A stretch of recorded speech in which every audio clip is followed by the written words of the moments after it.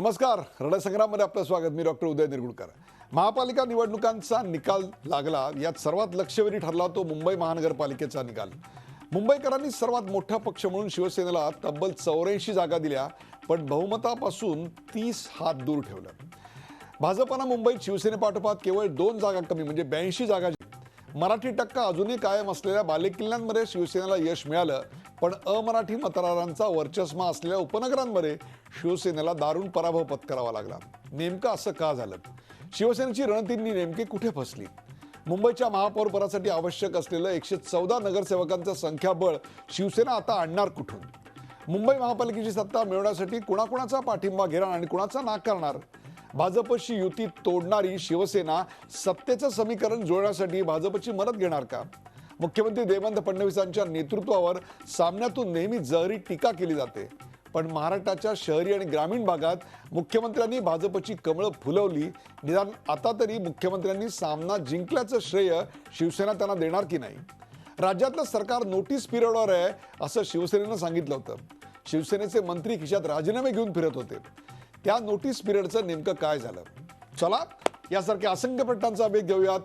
यासाठीच माझ्या बरोबर आहेत शिवसेनेचे नेते, राज्यसभा खासदार आणि दैनिक सामनाचे कार्यकारी संपादक संजय राऊत. पाहूयात आमचा हा विशेष कार्यक्रम रणसंग्राम.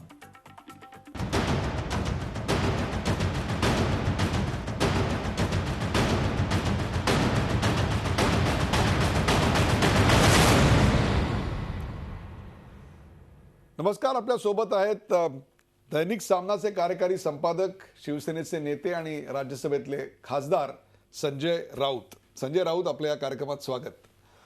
संजय राऊत, याच आमच्या रणसंग्राम कार्यक्रमात तुम्ही एकदा असं विधान केलं होतं की सरकार नोटीस पिरियडवर आहे. अजूनही सरकार नोटीस पिरियडवर आहे? नक्कीच.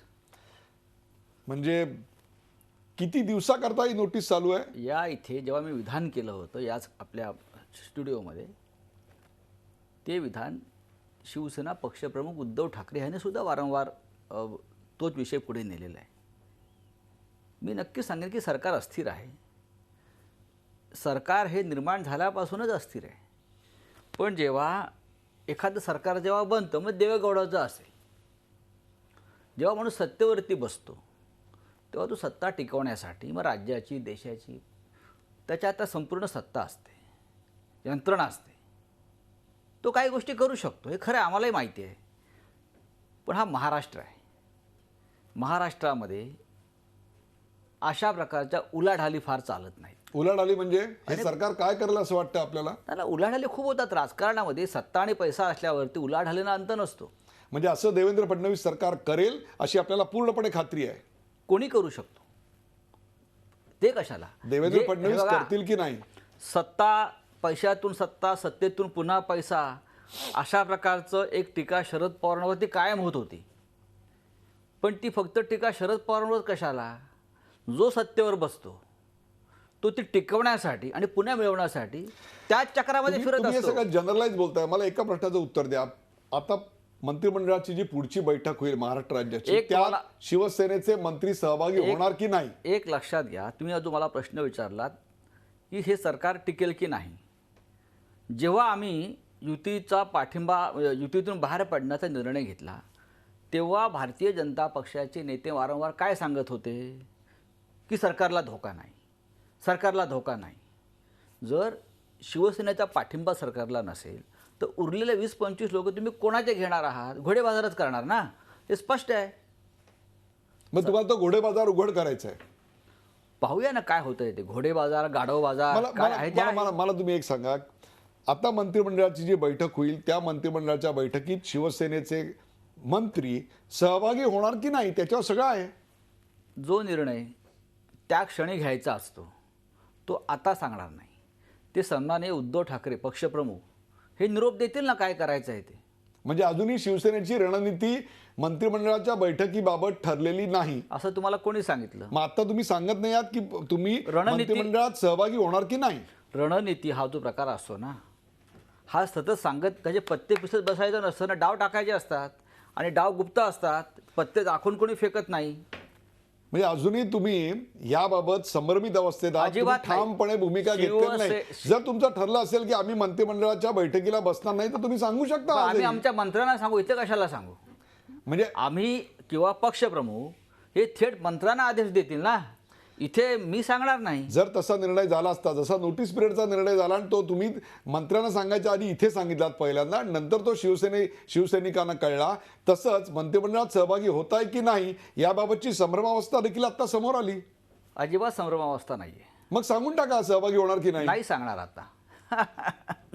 म्हणजे याचा अर्थ अजूनही ठरलेला नाही. नाही नाही, तुम्ही काही अर्थ काढू शकता. अर्थ काढण्याला आपल्याकडे काय बंधन आहे का? आता पारदर्शकता शब्दाचे 100 अर्थ आपण काढले, हम्म. अर्थ निघणार. पण शेवटी राजकीय पक्षाचे निर्णय हे अनेकदा उत्स्फूर्तपणे होत असतात. योग्य संधीची वाट बघून घाव घालायचा असतो. शिवसेना पक्ष आता तुम्ही प्रमुखांनी पारदर्शकतेचा मुद्दा काढलाय म्हणून, पण याच पारदर्शकतेच्या मुद्द्यावर 82 जागा निवडून आल्या साहेब. मला तसं वाटत नाही.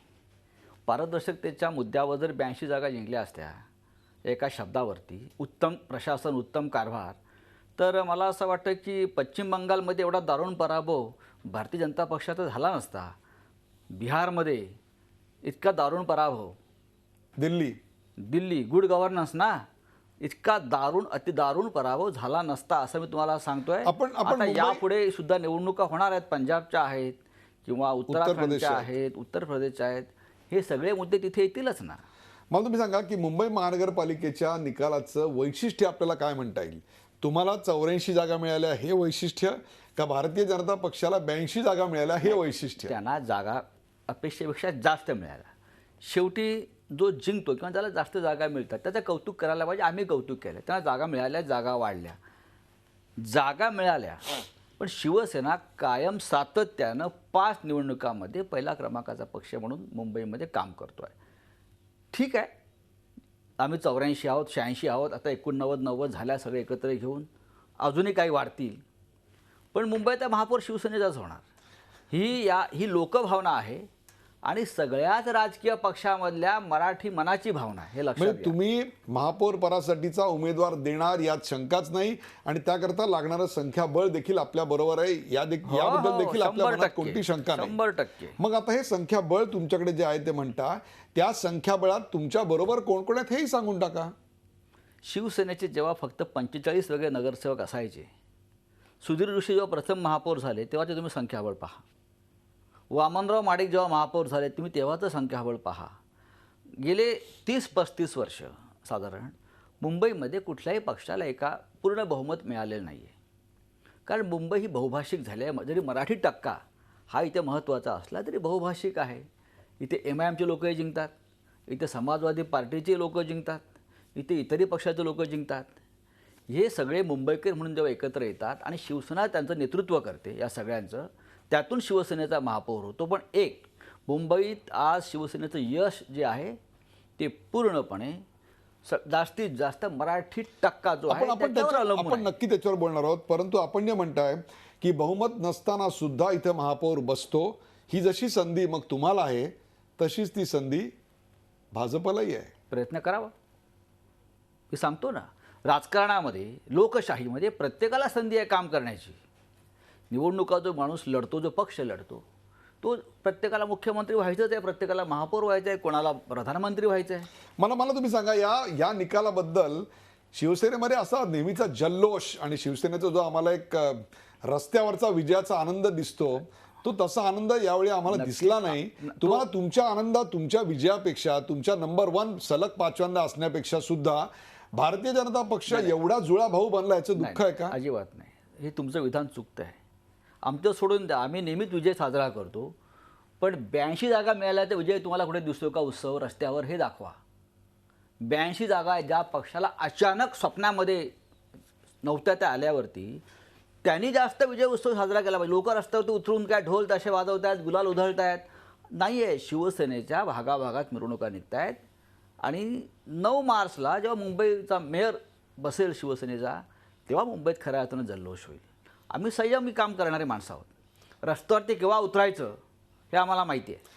म्हणजे तुमचा जो विजय होतो तो कष्टाचा असतो आणि इतरांचा विजय असतो तो सत्ता आणि संपत्तीचा गैरवापर करून केलेला असतो. आम्ही सामान्य लोक आहोत, आम्ही मध्यमवर्गीय लोक आहोत. शिवसेना मध्यमवर्गीय लोकांचं प्रतिनिधित्व करते. मग मग मग आम्ही- मग मग कुठल्या आम्ही- मुंबईनं आम्ही- भाजपला मतं आम्ही- दिली? आम्ही- मग श्रीमंत मुंबईकरांनी भाजपला आम्ही मतं दिली व्यापारी, का? उद्योगपती, बिल्डर आम्ही ह्यांच्या पाठिंब्यानं किंवा एका विशिष्ट समाजाचा पाठिंबा घेऊन आम्ही लढत नाही. मुंबई मराठी माणसाचे, आम्ही मराठी माणसाचे शिलेदार आहोत. आता गोरेगावमध्ये मराठी माणूस आहे, कांदिवलीत मराठी माणूस आहे, बोरिवलीत मराठी गिरगावात- माणूस आहे, मालाडमध्ये मराठी माणूस नाही, आहे. तुमचं- या सगळ्या ठिकाणी तुमची गणितं चुकताय. एक मिनिट, या सगळ्या ठिकाणी मराठी आहे, तसाच अमराठी देखील आहे. आपण क्षणभर जर असं मानलं की या ठिकाणचा मराठी माणूस होता, तो तुमच्या मागे उभा राहिला, परंतु त्याच्या मतावर तुम्ही निवडून येऊ शकला नाहीत, आज त्या ठिकाणी शिवसेनेचा पूर्ण धुव्वा उडाला, हे तर मान्य कराल? नाही, आज गिरगावसारख्या ठिकाणी, गिरगाव हा मराठी माणसाचा बालेकिल्ला होता. गिरगावच्या चाळी 100% मराठी माणसाच्या होत्या. आज तुम्ही गिरगावात जा, मराठी बोलायला भीती वाटते अशी तिकडलं वातावरण आहे. कोणी घेतल्यात चाळी, कोण बिल्डर आहेत, कोणाचे बिल्डर आहेत, हे बिल्डर कसा पैसा पुरवतात, कशा चाळी विकत घेत आहेत, हे तुम्हाला सगळं माहिती आहे. कुठल्या कम्युनिटीचे लोक आहेत ते, आणि त्यांना संपूर्ण मुंबई कशी शाकाहारी करायची आहे हा वादाचा विषय झाला आहे. आम्ही शिवसेना त्याच्यावरती लढलेली आहे. हे कोण आहेत, परळमध्ये घुसण्याचा प्रयत्न केला, लालबागमध्ये घुसण्याचा प्रयत्न केला, शिवडीत घुसण्याचा प्रयत्न केला, आम्ही थांबवलं हे सगळं, अजून आम्ही रोखलं आहे.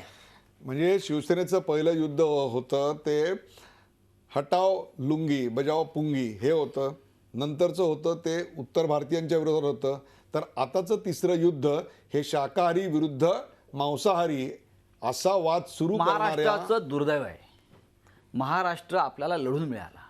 मुंबईसाठी आपल्याला 105 हुतात्मे द्यावे लागले, पण मुंबई मिळाल्यानंतर सुद्धा मुंबई टिकवण्यासाठी सतत 50-60 वर्ष आपल्याला लढावं लागतं आहे.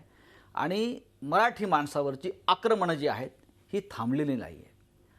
आज मुंबईत मराठी माणसाचा पराभव व्हावा ह्या उद्देशानं झपाटलेले लोक जे आहेत ना, त्यांचं एकच ध्येय, मराठी माणसाचा पराभव व्हावा. तुम्ही पहा, विशिष्ट समाजाच्या मुनी, धर्मगुरू यांनी ज्या प्रकारचे संदेश, व्हिडिओ क्लिप्स पाठवल्या समाजात, आणि एका रात्रीमध्ये 15-15 लाख समाजाचे लोक बैठका घेऊन मराठी माणसाविरुद्ध मतदान करण्याचं जेव्हा कारस्थान रचतात, हे भयंकर आहे. हा धोका फक्त शिवसेनेला नाही आहे, हा धोका आपण त्याच्यात मुंबईमध्ये संधी आहोत. राहणाऱ्या प्रत्येक मराठी माणसाला आणि महाराष्ट्राच्या अस्तित्वाला आहे. एक्झॅक्टली, आपण त्याविषयी बोलूया. मुद्दा असा आहे आता या क्षणाला की मागे एकदा निवडून न आल्यानंतर पाठीत खंजीर खुपसला अशी प्रतिक्रिया व्यक्त केली होती.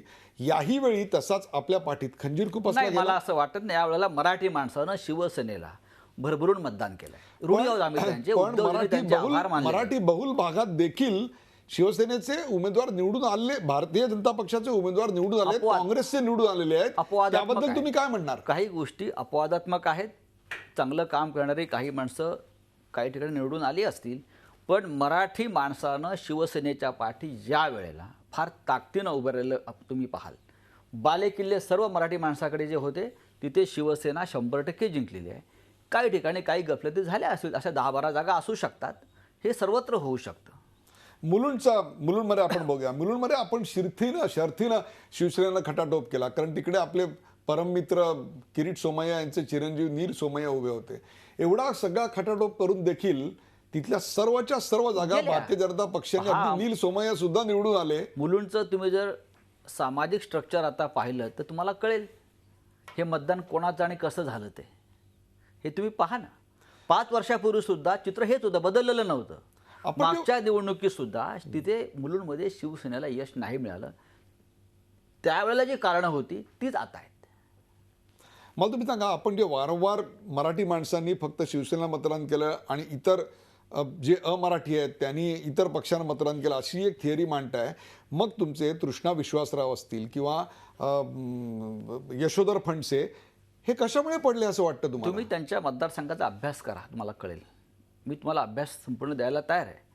यशोधर फणसे ज्या भागातून निवडून येतात तो मतदारसंघ नक्कीच तिथे काही प्रमाणात मराठी टक्का आहे, पण जो विरोधात मतदान करणारा टक्का जास्त आहे. तरीसुद्धा मी आतापर्यंत जिंकून आलो. वॉर्ड फुटले गेलेले आहेत. तृष्णा विश्वासराव 101 मतांनी पडल्या, दुर्दैव. अशा 20-100 मतांनी पडलेले सुद्धा आमचे खूप उमेदवार आहेत. शेवटी कसं असतं राजकारणामध्ये, कष्ट करतो, संघर्ष करतो, शर्त करतो, काही वेळेला काही ठिकाणी नशीब साथ देत नाही. मला तुम्ही सांगा, लोकसभेला तुमचे खासदार निवडून आले तेव्हा अमराठी लोकांनी तुम्हाला मतदान केलेलं होतं आणि आता तुमचे नगरसेवक पडतायत तेव्हा तुम्हाला अमराठी मतांविषयी राग आहे. त्यावेळेला नक्कीच राहुल शेवाळे काय फक्त मराठी माणसाच्या मतावर निवडून आले का? मी असं कुठे म्हणतो? आपले अरविंद सावंत फक्त मराठी माणसाच्या मतावर निवडून आले का? त्या ठिकाणी अमराठी भागातही तुम्हाला मतदान तेव्हा झालं. यावेळी झालं नाही याच्या कारणात आत्मपरीक्षण करायच्या ऐवजी हा माझा प्रश्न आहे. ह्याच्यामध्ये भारतीय जनता पक्ष शिवसेना जेव्हा एकत्र लढत होते तेव्हा हा सगळा जो समाज होता हा नक्कीच आमच्याबरोबर युतीमध्ये त्यांनी मतदान आम्हाला केलं. कालपर्यंत जेव्हा या देशामध्ये मोदींचं नेतृत्व किंवा अमित शहाचं नेतृत्व नव्हतं, आम्ही त्यांना तिथे मुंबईत त्यांचं संरक्षण करत होतो. या समाजाचे या व्यापारी वर्ग असेल, इतर काही उद्योगधंदे करणारे लोक होते. कोणापासून संरक्षण करत होतात? अहो, त्यांना गुंडांपासून असेल, अतिरेक्यांपासून असेल, धर्मांध गुंडांपासून असेल. 92च्या दंगलीमध्ये आम्ही नसतो तर त्यांची धर्मांतर झाली असती. आता केंद्रात तुमचं सरकार आहे, राज्यात तुमचं सरकार आहे, असं भाजप तुम्ही सहभागी आहात त्याच्यामध्ये. लक्षात घ्या, दोन्हीकडे तुम्ही सहभागी असतात. असं असताना प्रोटेक्शन द्यायची गरजच काय? प्रोटेक्शन कल्चर आणलं कोणी? प्रोटेक्शनची गरजच काय कोणाला? कसाबला आम्ही आणलं का? 92च्या दंगलीमध्ये जे हल्ले झाले हिंदूंवर सर्वत्र ते का आम्ही आणले होते? प्रोटेक्शनचा तुम्ही अर्थ समजून घ्या. प्रोटेक्शनचा अर्थ फार वेगळा आहे. ते गुंडांच्या टोळ्या आम्ही निर्माण नाही केल्या. धर्मांध गुंडांच्या पाकिस्तानातून कंट्रोल करणारे अंडरवर्ल्ड हे कोण आहेत? आम्ही आमचे शिवसैनिक त्यात मारले गेले यांचं रक्षण करताना. पण त्यांनी याचं भान ठेवायला पाहिजे होतं. आज त्यांना 2-4 नेते सापडले असतील, पण शेवटी या मुंबईत शिवसेनाच राहणार आहे आणि शेवटी तुम्हाला शिवसेनेबरोबरच डील करावं लागणार आहे. हा तुमचा त्यांना सल्ला आहे की इशारा आहे? काही असेल, या मुंबईमध्ये शेवटी शिवसेनाच राहणार आहे. एक लक्षात घ्या, ही तात्पुरती सूज आहे, ती निघून जाईल. शिवसेनेच्या मंत्र्यांच्या बालेकिल्ल्यात देखील शिवसेनेला दारुण पराभव पत्करावा लागला. त्याचं काय कारण मीमांसा कराल आपण? तुम्ही मंत्र्यांना बोलून विचारा त्यांच्याविषयी. शेवटी हा शिवसेनेची सामुदायिक जबाबदारी. एखाद्या मंत्र्यांवर जबाबदारी टाकणं बरोबर नाही. आम्ही सगळेच विजयासाठी शर्त करत होतो. आपण आता वारंवार मराठी अमराठी असा एक मुद्दा मांडताय आणि अशी थेअरी मांडताय की जिथे ते मराठी बहुल आहेत त्या ठिकाणी शिवसेनेला मतदान झालं. परंतु मराठी बहुल असं जर का आपण निकष त्या अर्थाने मांडण्याचा प्रयत्न केला तर मराठी मतदारांची प्रत्येक मतदारसंघातली संख्याच मुळात कमी होतीये.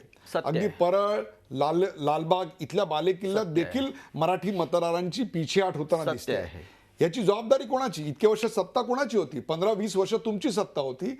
इथल्या चाळी जाऊन इथे टॉवर आले. त्या टॉवरमध्ये पार्टनरशिप कोणी घेतल्या? त्यांना संरक्षण पुरवण्याच्या नावाखाली त्यांना संरक्षण देतो असं सांगून त्यांचे टॉवर कोणाकडनं आले? चाळी कोणी खाली केल्या? हा तुमचा एक अपप्रचार आहे सगळ्यांचाच, की या सगळ्याला शिवसेना जबाबदार. मी असं म्हणत नाहीये. माझा मुद्दा असा आहे की जर चाळी टिकवल्या असत्या, जर टाळी टिकवल्या असतात आज मराठी मतदार टिकला असता. आज मराठी मतदारही टिकत नाहीये तिकडे आणि मग तुम्ही असं म्हणताय की आम्हाला तिथून मतं मिळत नाहीयेत. गिरगावमधून मेट्रो चालली आहे. गिरगावमधून मेट्रो चालली आहे. 150 ते 200 मराठी कुटुंब बेघर होत आहेत. त्या 150-200 मराठी कुटुंबांचं पुनर्वसन कुठे करणार? मेट्रो कोण आणत आहे? मेट्रो आम्ही आणत नाही आहोत. बिल्डर आहेत काही मोठे, ज्यांच्याकडे मुंबईचं आर्थिक नियंत्रण आहे. त्या बिल्डरांना ते इथून मेट्रो हवी आहे. त्यांच्या टॉवरचे भाव वाढले पाहिजेत, त्यांना पैसे मिळायला पाहिजे. आम्ही ठरवलंय एकही मराठी कुटुंब विस्थापित होणार नाही. अगदी बरोबर आहे. टॉवर मध्ये जो तिकडे घर घेऊ शकतोय त्याला मेट्रोने याची खरंच गरज आहे का? मला सांगा. तुम्हाला एक परत सांगतो. तुम्हाला त्यांना सांगा आता माझा ऐका. 20-25 कोटीचा फ्लॅट घेणारा माणूस मेट्रोने कशाला प्रवास करेल? या मुंबईतल्या 200 गिरण्या ज्या दिवशी बंद झाल्या मिल्स आणि 2.5 ते 4.5 लाख कुटुंब ही देशोधडीला लागली तेव्हा ही पहिली वीट निघाली. 80 सालचा दत्ता सामंत यांचा संप. अजूनही ते दुर्दैव संपलेलं नाही. मराठी कुटुंब तिकडे विस्थापित झाली. लाखो लोक तिथून जे आपले दशावतार दुर्दैवाचे सुरू झाले आणि गिरण्यांच्या जमिनी होत्या ना त्या आमच्या मालकीच्या नव्हत्या. ते कोण होते? त्यांची नावं बघा. एक तरी मराठी मालक होता का गिरणीचा? ते कोण होते यांची नावं तुम्हीच सांगा. आणि तिथे जे का उभं राहिलं ते कोणाच्या हातात? ज्यांचं सरकार, ज्यांची सत्ता आणि ज्यांचा पैसा. आम्ही लढणारे लोक आम्ही लढत राहिलो आणि अजून लढत राहू. आज जे काय टिकलंय ते आमच्या रक्तावर आणि घामावरच टिकलंय, शिवसेनेच्या. जे काही टिकलंय ते आमच्या रस्त्यावर आणि घामावर टिकलेलं आहे. प्रश्नांचा सिलसिला असाच चालू राहणार का? ब्रेक नंतर कुठे जाऊ नका, पाहत राहा झी 24 तास. आपण पाहताय रणसंग्राम.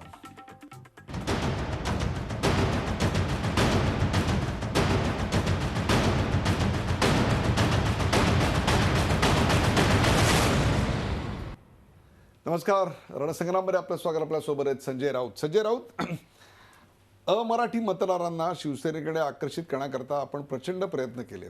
डिड यू नो, आणखीन काय काय काय काय केलं? आता काय व्यूहरचना करावी लागेल? कारण तो मतदारसंघ तुमच्याकडनं गेला आता. अमराठी म्हणजे कोण? या मुंबईमध्ये गुजराती समाज आहे, मोठ्या प्रमाणात आहे गुजराती समाज. उत्तर भारतीय जैन समाज आहे, उत्तर भारतीय आहे.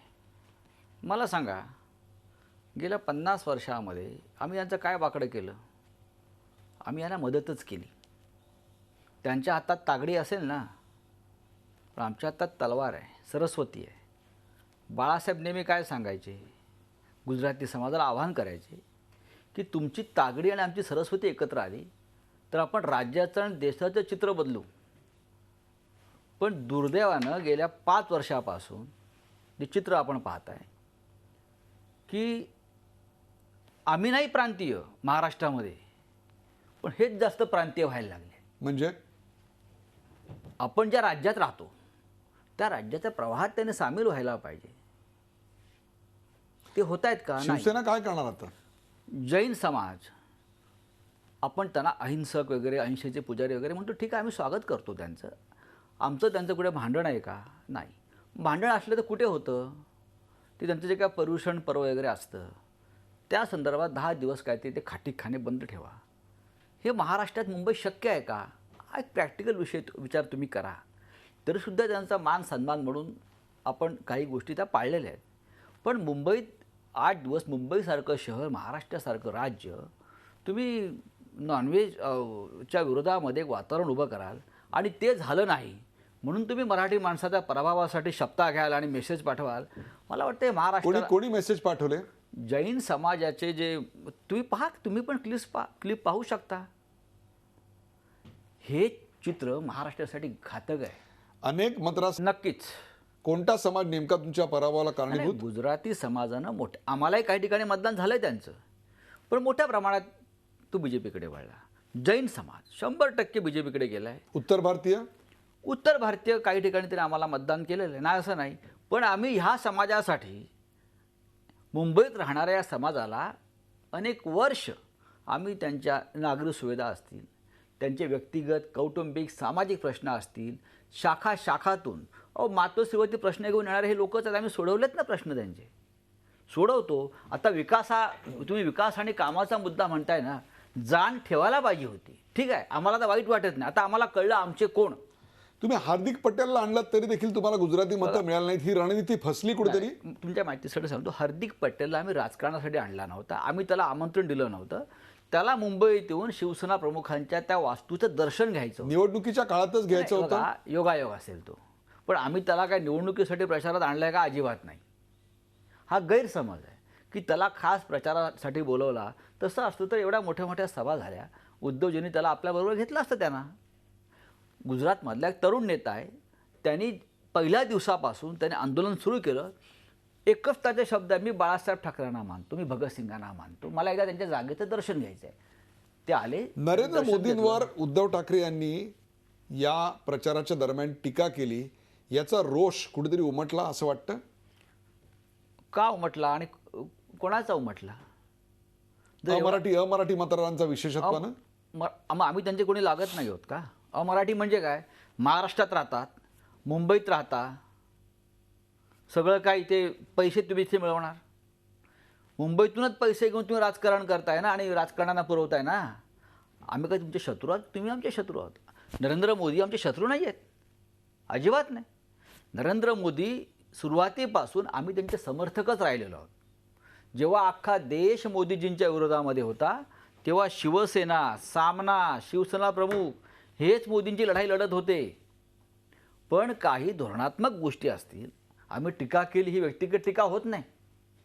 मी मागे बोललो, काश्मीरचा प्रश्न असेल, पाकिस्तानचा प्रश्न असेल, महागाई असेल, ही धोरणात्मक नोटाबंदी, धोरणात्मक आहे. लँड ॲक्विजिशन धोरणात्मक आहे.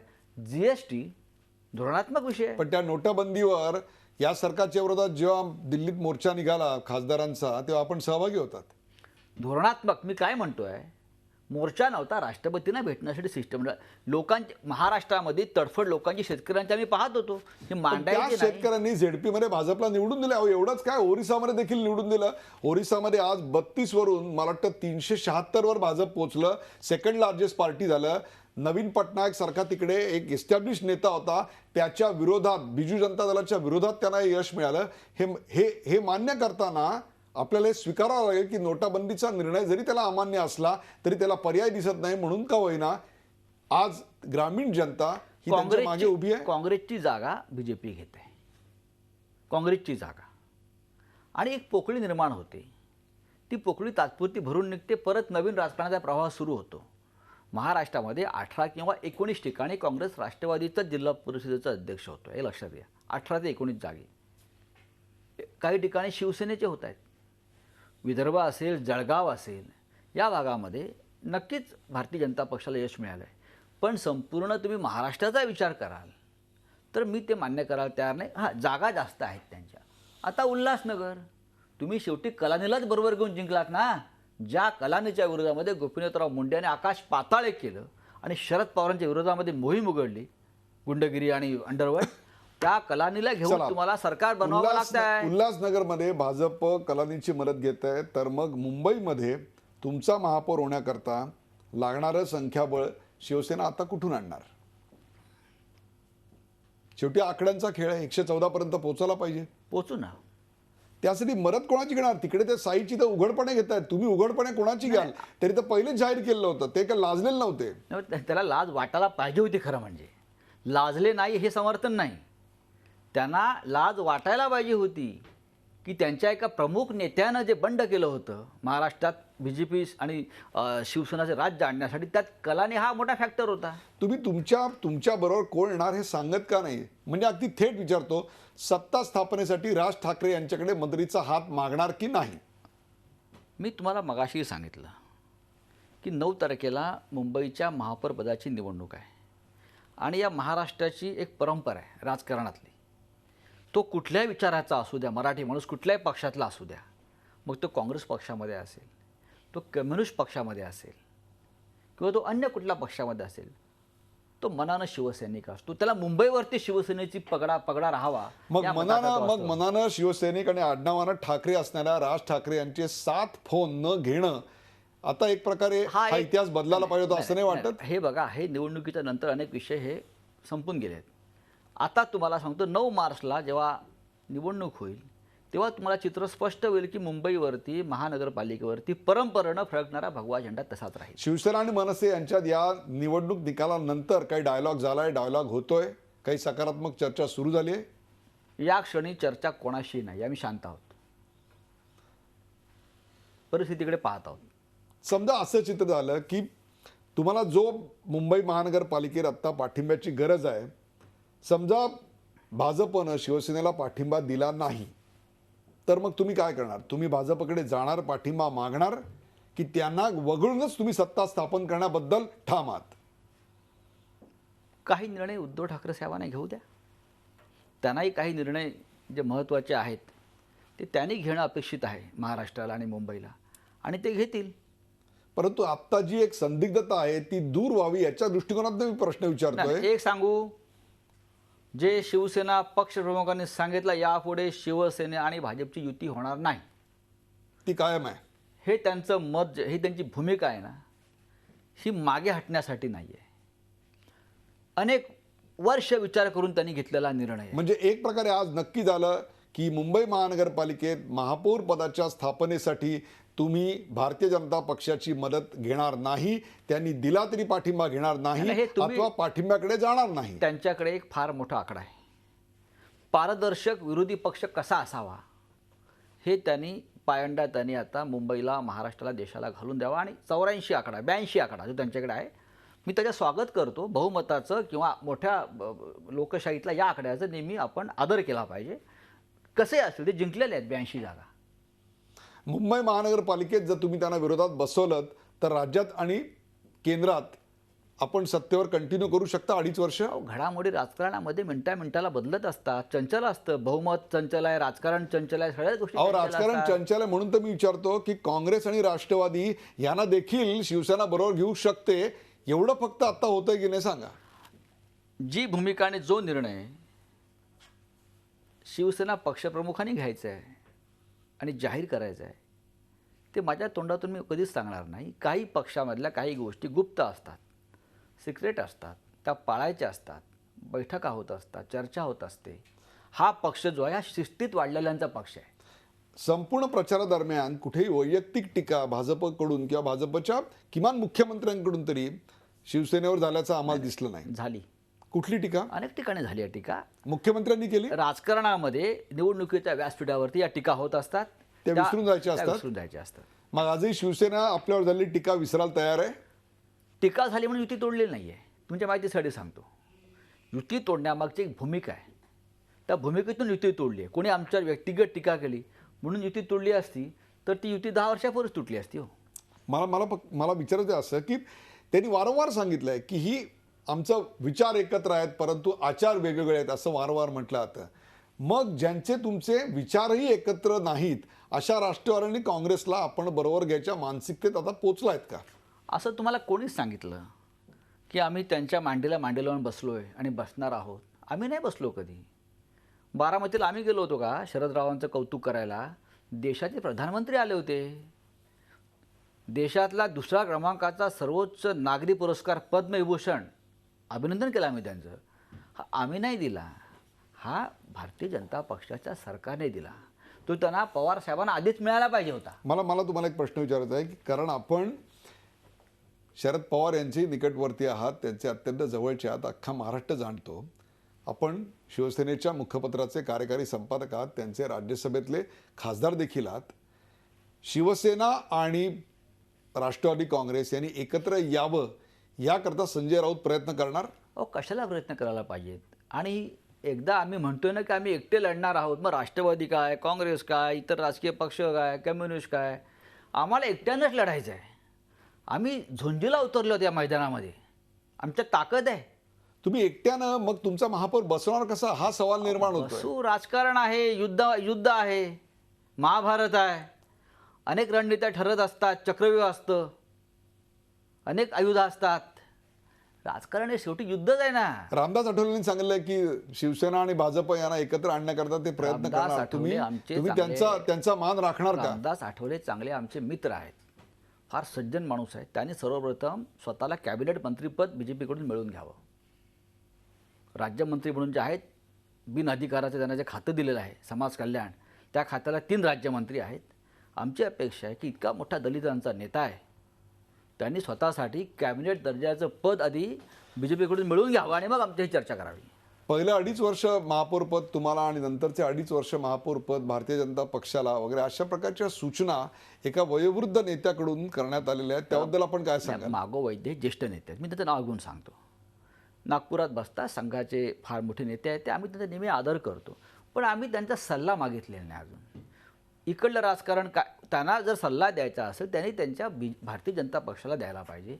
ही गुंडापुंडांची भरती बंद करा आणि चारित्र्यवान पक्ष उभा करा. आम्ही आहोत ना, आम्हाला जर कोणी गुंड म्हणा आम्हाला वाईट वाटत नाही. आमची प्रवृत्तीच रस्त्यावर लढण्याची आहे, लढणाऱ्यांना गुंड म्हणतात. तुमच्याच पक्षात असले परंतु आता काँग्रेसमध्ये असल्या नारायणराव राणे यांनी सांगितलंय की शिवसेनेला धक्का मारून हकलल्याशिवाय ते सत्ता सोडणार नाहीत. सत्ता ही खरोखरच शिवसेनेची इतकी मजबुरी बनली आहे? तुमचे मंत्री सत्तेत रमलेत कोणी की तुम्ही सांगितलं सत्तेत तुम्ही राजीनामे फक्त खिशात ठेवता आणि हातात देत नाही? बघा, नारायण राणे काँग्रेस पक्षाचे नेते आहेत, इतर सुद्धा अनेक नेते आहेत. या सगळ्या राजकीय परिस्थितीचा फायदा घ्यायचा प्रत्येकजण प्रयत्न करत असतो. पण आमचा निर्णय आम्हाला घेऊ द्या, आम्हाला तुम्ही सांगू नका आम्ही काय निर्णय घ्यायचा आहे तो. नारायणराव राणे यांनी काँग्रेस पक्षाविषयी बोललं पाहिजे, काँग्रेस पक्षाच्या भूमिकांविषयी बोललं पाहिजे. काँग्रेस पक्षाची सध्याची पिछेहाट सुरू आहे राज्यात, सिंधुदुर्गात त्यांना यश मिळालं आहे नक्कीच, पण इतर राज्यात पक्ष कुठे आहे? त्यांनी त्यांचा पक्ष मजबूत केला पाहिजे. आम्ही मजबूत आहोत. पण आज कोणी उठतंय आणि हा प्रश्न विचारत आहे की राजीनामे खिशात घेऊन फिरताय, एकमेकांवर टीका करतायत, धक्के मारून हाकलल्याशिवाय तुम्हाला काही सत्तेतनं तरी सर बाहेर का नाही पडत मग? काही दिवसापर्यंत ही युतीत का राहतात, हे युतीत का राहतात, हे युतीत का राहतात, अशी लोक घंटा बडवत होती. आता आम्ही मोठी घंटा वाजवली ना. युती तुटली ना, युती तुटल्यावरती काही प्रक्रिया पूर्ण व्हायच्या असतात. त्या होतील, उद्धवजी निर्णय घेतील. आपण ठाण्याबद्दल बोलूया. ठाण्यामध्ये जरी एक हाती तुमची सत्ता आली असली तरी देखील तिकडे 34 म्हणजे मागच्या वेळी होत्या तेवढ्याच जागा राष्ट्रवादी काँग्रेसनी मिळवल्या. त्याचबरोबर तिकडे MIMनी चंचू प्रवेश केलेला आहे. MIM आत्तापर्यंत आम्हाला मराठवाड्यात, हैदराबाद अशा ठिकाणी दिसत होती, परंतु आज ठाण्यासारख्या ठिकाणी देखील MIM आलेली आहे. त्यांच्या वाढीची कारणं आणि NCP तिकडे टिकून राहिली. NCP सगळीकडे पडझड होत असताना ठाण्यात टिकली. तुम्हाला आव्हान दिलंय त्यांनी. नंबर 2चा विरोधी पक्ष आहे. राहू दे ना, विरोधी पक्ष असायलाच पाहिजे. राष्ट्रवादी काँग्रेस पक्ष हा काही अफगाणिस्तान, इराण किंवा पाकिस्तानातून आलेला पक्ष नाही आहे ना. शरद पवार जे आहेत अनेक वर्ष राजकारणामध्ये आहेत, देशाचं नेतृत्व त्यांनी केलेलं आहे. त्यांचा पक्ष आहे, त्यांची एक भूमिका वेगळी असेल. त्यांच्या पक्षाचे लोक 34 निवडून आले, त्याचं आम्हाला वाईट का वाटावं? चांगल्या संख्येनं आलं याचं आम्हाला कौतुक आहे आणि विरोधी पक्षाचं काम उत्तम बजावतील, अंकुश ठेवतील सत्तेवरती, असं आम्ही त्यांच्याकडून अपेक्षा करतो. म्हणजे ते तुम्हाला विरोधी पक्षात हवेत की सहयोगी पक्ष म्हणून हवेत? जिथे आहेत तिकडे त्यांनी सुखानं राहावं आणि महाराष्ट्राच्या विकासात शिवसेनेला सगळ्यांनी हातभार लावावा. मला सांगा, या निकालाचा महाराष्ट्राच्या राजकीय समीकरणांवर सत्तेत असलेल्या सहयोगी पक्ष आणि विरोधात असलेल्या सहयोगी पक्षांच्या नातेसंबंधांवर काही परिणाम होईल असं वाटतंय आपल्याला?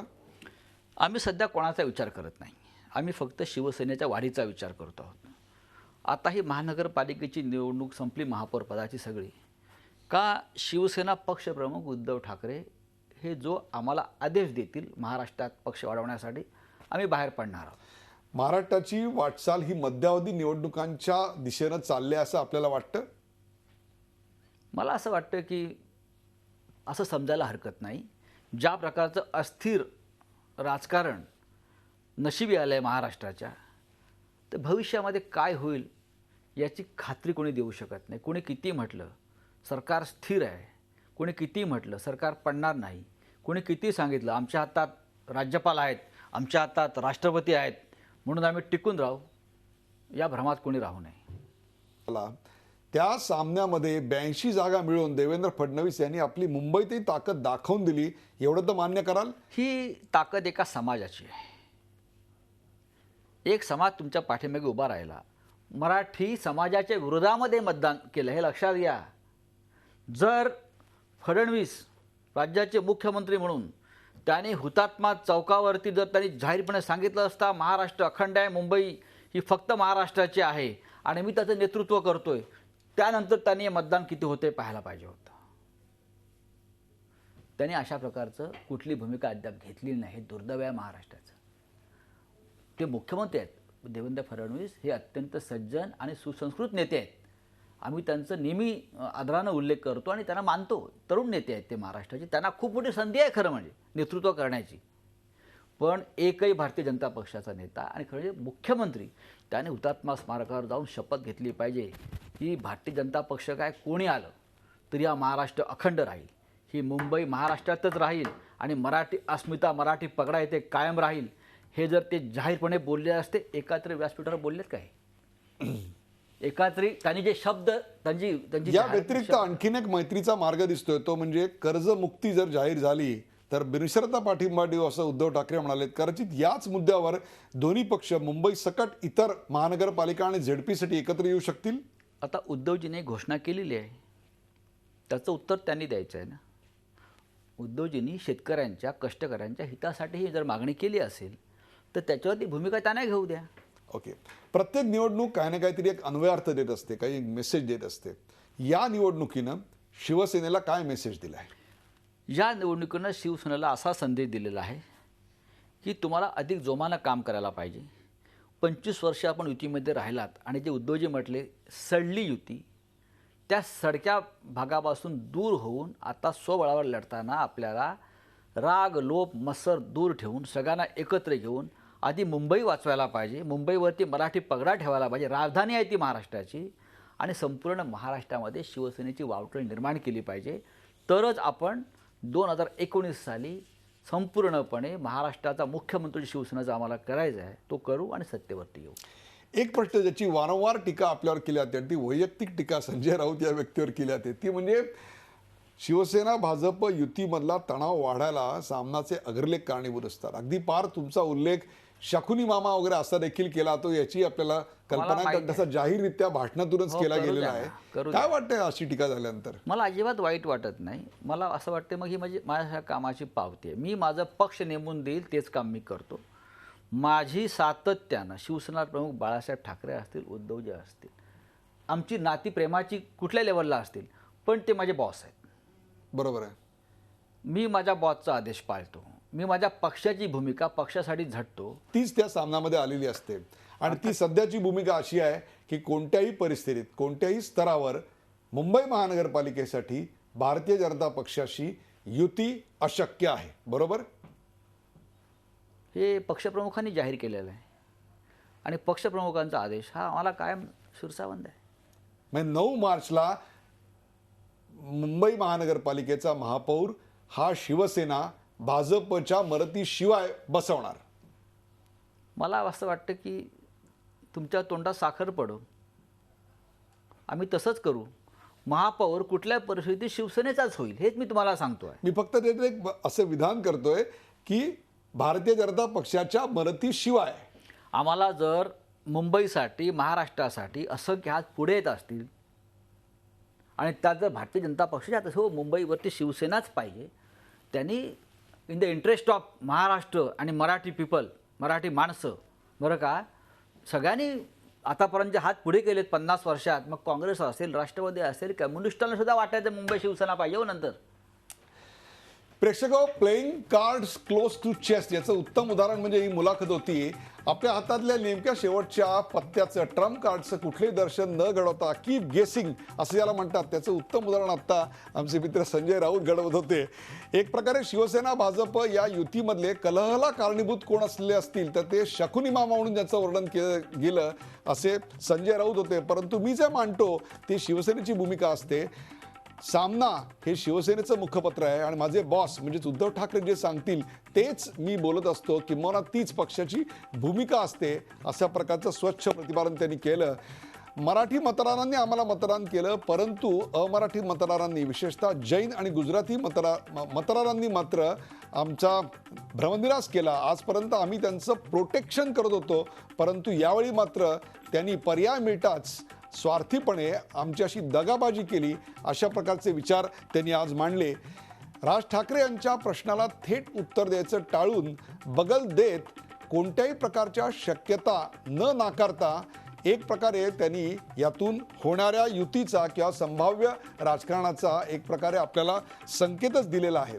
पश्चिम उपनगरांमध्ये आणि मुलुंडमधल्या पराभवाचं विश्लेषण करतानाच तिथल्या मंत्र्यांच्या कारभारावर प्रश्न जेव्हा विचारला गेला त्यावेळेला तिथल्या पक्ष संघटनेकडे देखील त्याने अत्यंत चतुराईनं बोट दाखवलं. आजपर्यंत निवडून आलेले खासदार हे फक्त मराठी मतावरच होते का? त्यांना अमराठी मतदान झालं नाही का? तर त्यावेळेला आमची युती होती, युतीत असताना आम्हाला मतदान झालं, आता मात्र ते झालं नाही. हार्दिक पटेल यांना आम्ही मतांसाठी बोलवलं नव्हतं, त्यांना शिवसेना प्रमुखांविषयी आदर व्यक्त करायचा होता, पण तो नेमका निवडणुकीच्या वेळीच कसा करायचा होता या प्रश्नाचं उत्तर मात्र त्यांनी टाळलं. म्हणजे एकूणच 9 मार्चपर्यंतचा सस्पेन्स कायम ठेवण्यात संजय राऊत यशस्वी ठरले. आज झी 24 तासच्या प्रेक्षकांसाठी ते आले आणि त्यांनी या प्रश्नांना त्यांच्या स्वभावानुसार सगळं काही जवळपास राखत रोखठोक अशी उत्तरं दिली. त्याबद्दल धन्यवाद. ताज्या बातम्यांसाठी पाहत राहा झी 24 तास. राहा एक पाऊल पुढे.